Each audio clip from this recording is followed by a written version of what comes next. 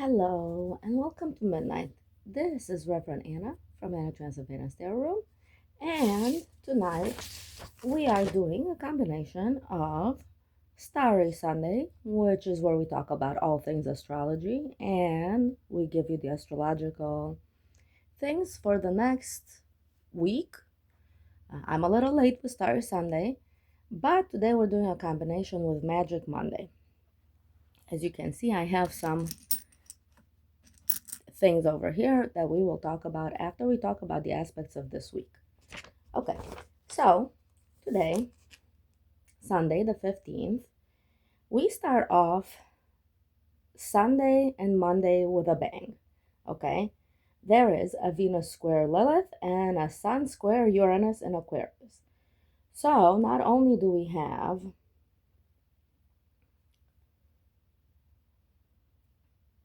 these two squares, but we also have a Mercury trine Jupiter. So we start off the week trying to figure out what pattern our growth should take. So we're very good at sussing out at the beginning of the week what we want to do to grow our ideas, what we want to do to communicate our ideas properly and to communicate that we've outgrown certain things, okay? The squares also help us with this because they help us hone in into what the heart of the matter really is. Okay, so Venus square Lilith is going to tell us what our shadow side actually needs in order to heal. How do we need to love ourselves better? How do we need to allow ourselves to communicate the shadow side? Okay, so I would say that right around Valentine's Day, okay, Saturn is also going into Aries. It's a little bit of belligerence, okay? It's a little bit of let's fight back. It's a little bit of let's hone in on why we are fighting our growth. Let's hone in on why we don't love ourselves enough to allow ourselves to say and speak our own inner truth and our own authentic truth, okay? With the Sun square Uranus, we have a little bit of the rebellion going on. We have a little bit of the, you know, I'm not expressing myself properly, but I don't care kind of attitude. So you can see with the Saturn trying to draw boundaries and everything like that, there can be a little conflict in the beginning of the week, okay? We're conflicted on the inside as well, as individuals.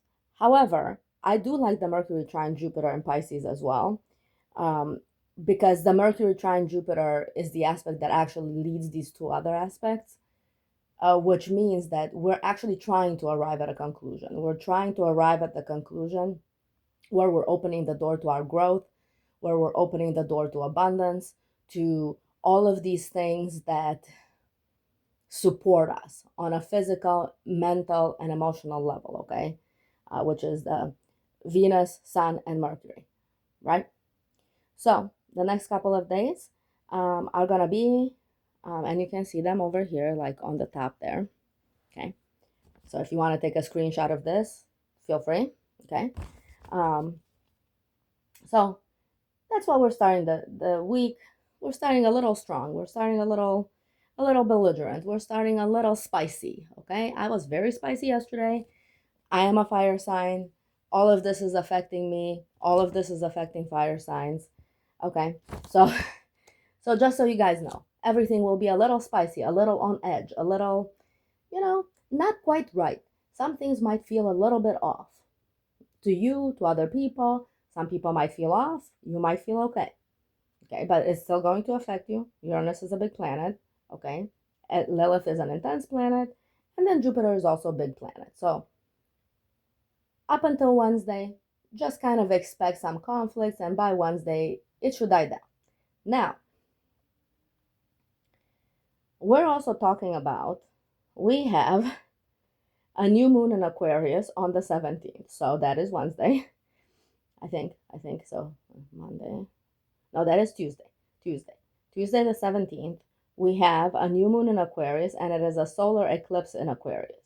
Now, it's not going to be a total eclipse here where I'm at in the Northwest, okay? I don't think it's hitting North America, but it is hitting closer to the pole. Let me know, you guys, okay, let me know if you want me to post the astrological wheel for, the astrological chart for that eclipse, because that could be useful in many different ways. I think I might do that. Actually, yes, I might do that. I might actually do that later on today.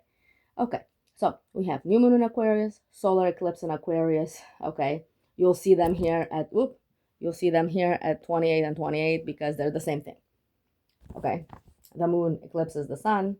Okay, so on this sheet of paper over here, I really like to give you who it affects. And I try to put it in order. Sometimes it's not. So it affects first and foremost Aquarius. Obviously, it's in Aquarius. It is happening. Now, the next person this eclipse actually affects would actually be, so it's going to be very, very intense for Aquarius, okay? This week is going to be Aquarius. This week, super intense for you, okay? Please try to not crawl under the covers. You're not the type, I understand. However, please try to not dissociate. Please try to not run away, okay? Second person is going to affect, and this might be a hot take of the minute, okay? And it's not on the sheet. It is Pisces, okay? Because we just came out of Pisces. All of these things are happening in Aquarius. It's a small minor aspect, and it's very, very annoying. It's like the thorn in the side. Haven't we grown out of that? Haven't we gone past that? Haven't we dealt with this before? Why do we have to deal with this again?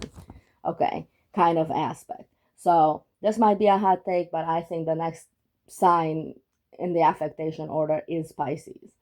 Okay, then we have the opposite of Aquarius being affected, which is Leo. And then the things that trine Aquarius, which is Gemini, in order, because we have a bunch of stuff going in or near Gemini.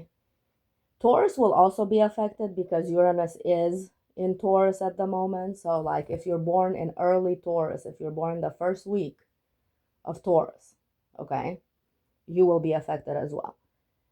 Gemini and Libra will be also affected. So I will read a little bit over here. A solar eclipse in Aquarius marks a time of collective awakening, innovation, and shifts social structures, which we need. Aquarius emphasizing ideas of freedom, equality, and progressive thinking. So this eclipse triggers changes in technology, social movements, humanitarian initiatives, and networks of communication. Globally, it can bring sudden insights, reforms, or disruptions that challenge outdated systems, urging society to embrace forward-looking solutions and unconventional approaches. It highlights collective rather than personal priorities and often signals the start of long-term social trends. I would say that would be accurate. That is, that is what's happening already. However, we might see some changes in some world events that are happening at the moment. Okay, in some wars that are already active, we might see some peace treaties or some people like just getting together, and some things that have been uncovered, we might see a shift to where somebody is actually being held responsible, and so on and so forth. Okay, so please watch out for the solar eclipse in Aquarius. Now, also, the solar eclipse in Aquarius, on a personal level, with all of these other planets squaring, will really intensify this need to really self-express, but it's going to intensify the need to self-express as part of a group. It's going to be asking the question, where do I align myself in a group? With which group am I aligning myself? Of all the groups that are out here, which group is good for me? Which tribe is good for me? Where is my tribe? Who are the people that love me, who resonate with me energetically? Okay? So now, eclipses, squares, things like this, they are disruptions in themselves, okay? So they're disruptions from how things normally work. So expect to kind of like get this answer by feeling uncomfortable, okay? By feeling like things are shifting, but also they're starting to happen again. So how can you do things differently this time so that the same result doesn't happen to you again? Okay, so there's going to be a little degree of uncomfortability with Saturn being here. There's going to be a little degree of repetition here. Okay. Um, all right. So that was the eclipse. That's the first major event that's happening this week. The other major event was Saturn in Aries. That was on Saturday. It's still affecting us. Uranus and Taurus, all of the big planets moving are still affecting us because they're so big, they move so slow. They're not just one and done, one day and done. They're like a month and done, 2 months and done, on the cusp. Okay. So you can expect to continue to have the epiphanies and the things from the planets moving. Now, one thing that you guys can also expect to have, excuse me, is this push to action, okay? This push to act. And I want to remind everyone this week, okay, because this week is going to be intense at the beginning, middle, and the end. Just because the energy is pushing you to act doesn't mean you have to, okay? We have 2.5 years to 12 years, okay, depending on which planet's movement we're kind of being affected by, okay? We have 12 years, up to 12 years, so from 2.5 years to 12 years to get this party started, sort of.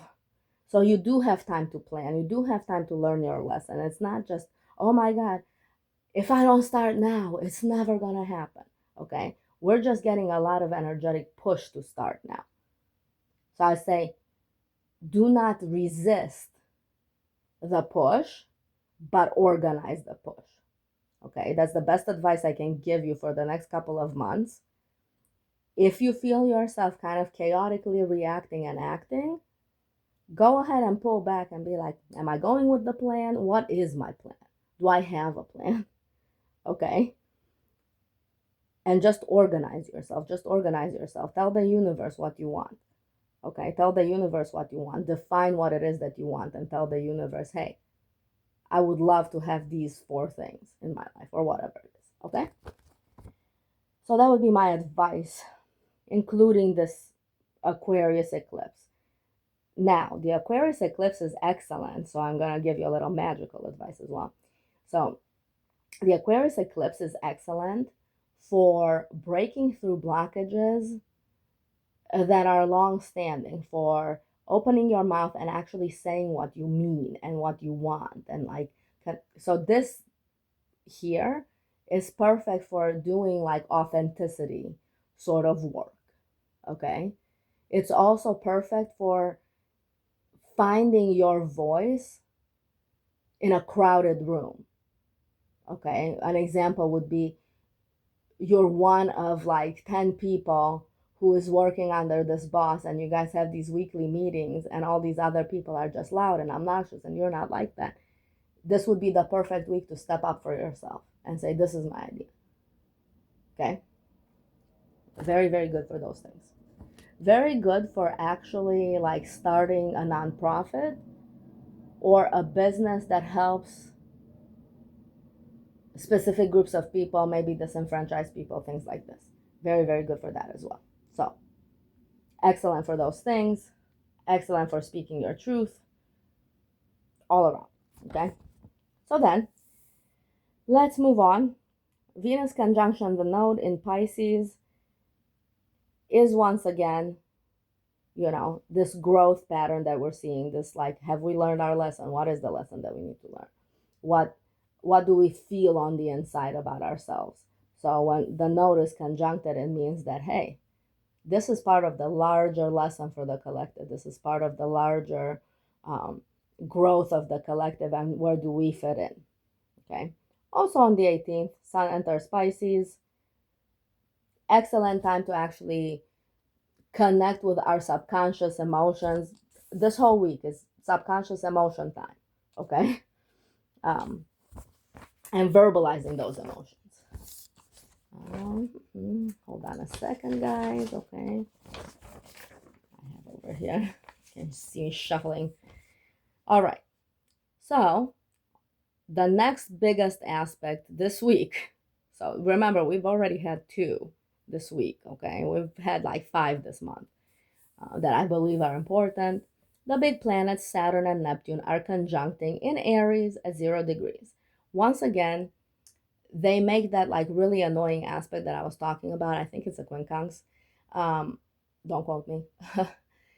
That needs to be worked out. It's like, it's annoying until it's not, okay? So until you work out and until you act upon it, it's not gonna work itself out, okay? So expect a little annoyance all week this week, okay? Expect annoying, spicy, little belligerent, little on edge, okay? So this Saturn conjunct Neptune only happens like every so often, okay? So this one is one of the more quote unquote rarer aspects, okay? I don't know the timing at which it happens. I didn't research, but that's okay. Okay. So this affects Aries, Sagittarius, and Leo, and water signs born late in the season, okay? So if you're Scorpio, Cancer, Pisces, born late, so the last week of your sign, okay? It'll affect you more than it affects other people. Of course, Neptune is a large generational planet. Saturn is a little bit of a pattern planet. So it'll affect everybody, but it'll affect you more intensely in those signs that I just said. So Saturn conjunct Neptune in Aries represents a period where ideas, visions, and collective dreams, Neptune must confront reality, discipline, and structure in areas of action, leadership, and new initiatives. Globally, this can manifest as restructuring of ideological movement, like what I was saying earlier, the clash between aspiration and practical implementation. So, you'll have a push to like put your ideas into motion, and it can be a very overwhelming push. Okay. Other people are also having that same push. So everything can seem very chaotic. So if it starts feeling chaotic, pull back, make a plan. Be like, boom, boom, boom, 1, 2, 3. Okay. That's what Saturn does. Saturn is urging us to yes, take action, but calculated action, planned out action. Saturn is the god of plans, boundaries, Let's not burn ourselves out trying to like do all of this ourselves. Who do you delegate to? He's also the Lord of delegation, okay? So, especially with this very fiery Aries, burnout is a possibility, okay, for a lot of signs. So, pull back, take care of yourself, self-care, okay? Globally, this can manifest as restructuring, the clash between aspiration and practical implementation, or dissolving all old ways to make room for innovative approaches. I would say the innovative approaches is excellent because we also have Uranus also moving. It often signals a time when caution tempers to make room for innovative tempers enthusiasm, requiring measured steps to turn visionary goals into tangible results. What we were talking earlier. You have an idea, you want to put it into action. If it's overwhelming, pull back, go systematic, make a plan, go at it for the next 2.5 years. Okay, you have time. With potential tension between inspiration and hard reality. Okay? So, I'm gonna pull this back here, turn it around so you guys can see. You can take a. It'll affect Aries, Sagittarius, Leo. Okay? And it'll also affect Libra to a certain extent. Okay? Early Libra. All right? So, it'll affect early Libras that are born in the first week of Libra. So we're not going any further tonight. That's it for the week. Very intense week. I say that's it for the week, and boom. Okay? I mean, it is it's an intense week, all right? The urge to not take action for people is going to be very strong, but also the urge to take too much action. So in the next coming months, we're going to find the balance as a collective and as individuals as far as how do we want to handle this energy. Okay. So I have here a couple of things, right? Because I'm going to give you not just the little tidbits that I gave you within the video for, the Starry Sunday for the week. So this week is actually very good at honing in what kind of resources we have for the things that we want to do. Where are we standing on our resources? How are we going to allocate the resources for a longer term plan? Okay, Saturn urges us to take action, but it is a calculated action. Perfect for if you're doing your taxes this week. Perfect if you're, making a budget for the year this week. Perfect for doing some, doing a no spend month in the next couple of months. Okay, so perfect for planning any of those things. Also perfect for sort of decluttering. Okay, so it's like what sparks joy. I'm not affiliated with Marie Kondo, okay, but asking yourself, am I still happy in this situation? Am I still happy with the amount of money that I'm making? Am I still happy with the amount of free time that I have? Am I still happy with, okay, so these questions are just going to come out naturally, but it is best to sit down and actually try to process them and write them down so that we can really remember the answers later on in the month and later on in the next couple of months when we're going to be asked to act upon them more. Okay, so that's why I have this money here. It's a very good assessment week. Okay, money, time, resource, anything that's like a resource. Okay, so money, time, resources, things that you own, cars that you have. It's time to reassess and rebalance. Okay, it would be a very good quiet activity that you don't have to do with other people. In fact, you don't need to do it with other people around. Okay, so that's the money. Okay, now a couple of stones that I think are good to wear, okay, during this time is any black stone, okay, because that sort of distills, I think this is onyx,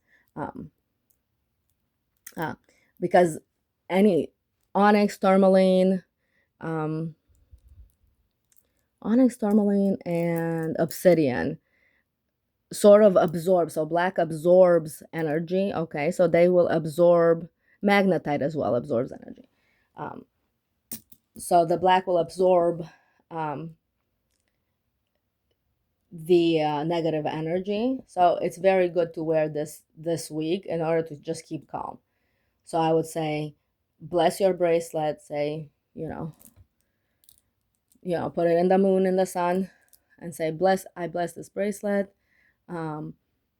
to protect me and to absorb the negative energy from the environment. Okay, you don't have to have a bracelet. You can just have a stone, okay, that you carry in your pocket and you rub when there's like negative energy, and all of that stuff. So you can wear a black one, okay, for just protection and boundary work. Also, too, a small thing that I like to do. So say like I have like a check or something that I want to purify, okay? So say it's like a bunch of money, right? So we'll do that. And then I'll put this around it and I'll say purify this money before I go out there. Okay, so that's a very good. So anything that you want to have a boundary on, you can write it on a piece of paper, fold the paper, okay, and just put a circle of black stones around it. This bracelet is perfect for that. So that's something that a magic that you can do kind of on the go. Okay. The other stone that you can actually use, this is supposedly carnelian. I mean, I love carnelian. Carnelian is a type of agate. They're normally a lot, like they normally look like this. Okay, they normally look a lot more like that, like if they're like really good quality. Anyways, so I've been wearing this one a lot. So carnelian you wear for strength, you wear for authenticity, you wear if you need courage to move through certain things, for self-expression as well. It's a root chakra stone. Okay, so if you need any kind of like support for your root chakra, for your survival instinct, for your, you can also use carnelian as a protection barrier as well, but it's a little bit gentler, and it basically is a little bit more advocating. So like it'll make you speak up for yourself more. Okay, it'll make you go, no, I need this resource, not that resource. It'll make you really distill down a little bit, but also it'll give you energy to pursue goals that are good for your sort of overall destiny. Okay, so these are the two stones for this week that I would say you could wear. There's others that you can wear. I don't have, okay, so any black stone, carnelian is a good one. I would say also garnet is an excellent one, okay, because it's sacred to Saturn and it's a hexagon. So garnet for this week, I would say garnet this week is an excellent stone, simply because it can also bring in resources. So we have that Uranus going into Taurus. So we could, with the Saturn movement, it could like bridge that gap, okay, and be like, okay, I know what I need to do to get the resources for the things I want to do. Okay, so garnet is also an excellent one. I don't have a garnet thing here, but yeah, it's an excellent one for that. All right, guys, so that was your combination of Starry Sunday, Magic Monday. Okay. If you have any questions, comments, please put them down below, and I will talk to you guys later. Love, and happy Valentine's Day, by the way. Like, share, subscribe. Bye.